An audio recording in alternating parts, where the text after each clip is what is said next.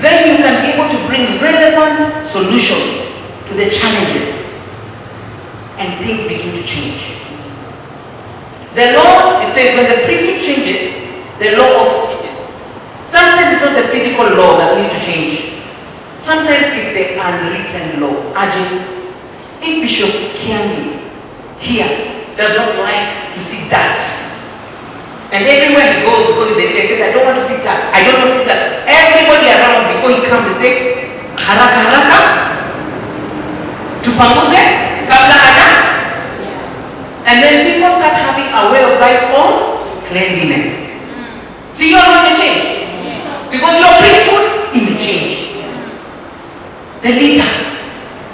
Some things will just change automatically. When you choose leaders, whether it's in the church, in the marketplace, in the government, who are carrying the Spirit of God and carry a certain value system.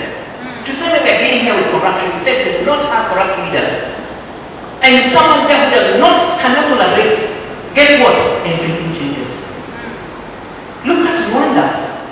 President Kagame said you corrupt, you go to check their matter.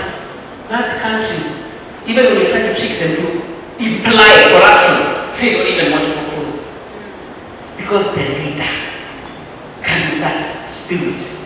Are we together?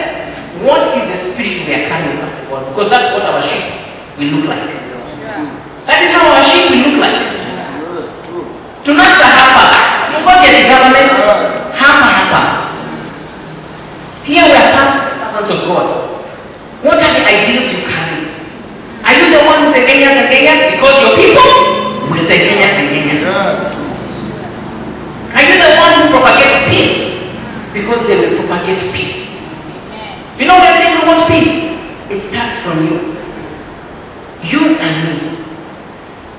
And then how are we looking at our role in being able to protect the destiny of Kenya? You know we have a role. We have to pray and we have to act. Some of us, by the way, God will call us into that space. You said we have to lead. Some of us will be positioned in different places, in different sectors. Some of us will remain in the churches to tend the sheep of God. When they come after they've been wounded in the battle, we give them healing and equip them and send them back.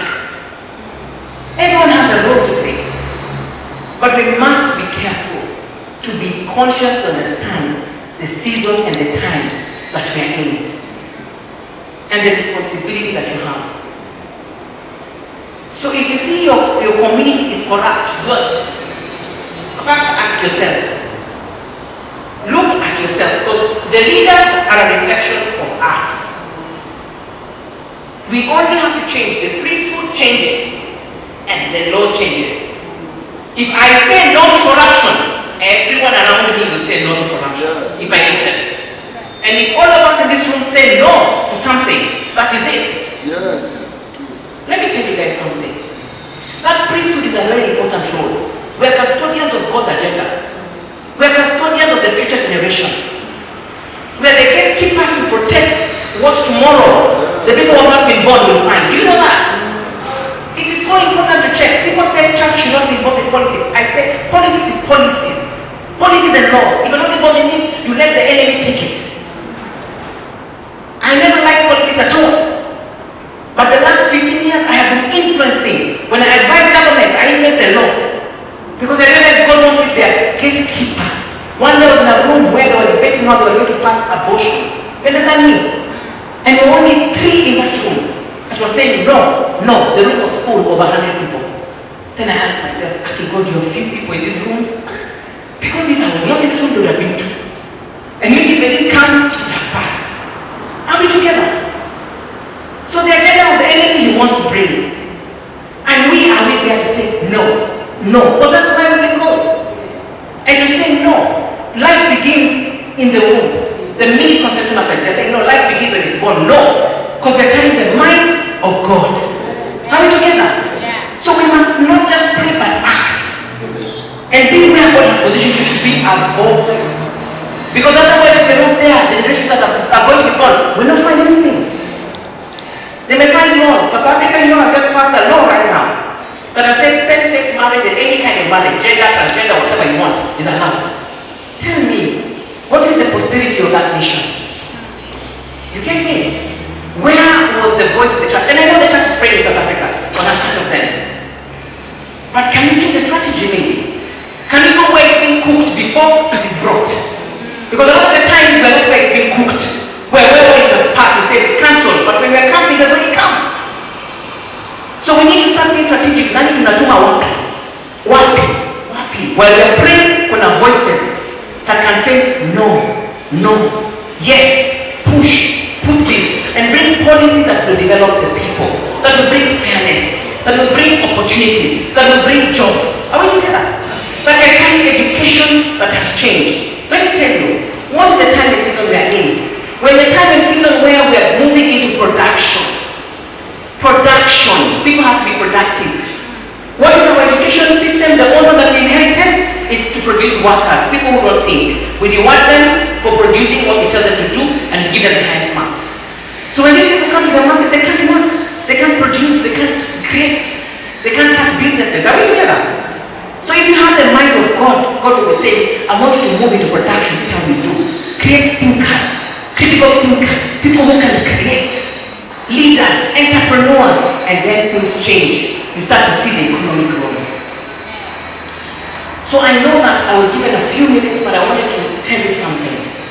Ultimately, remember all things. We need to understand seasons and times.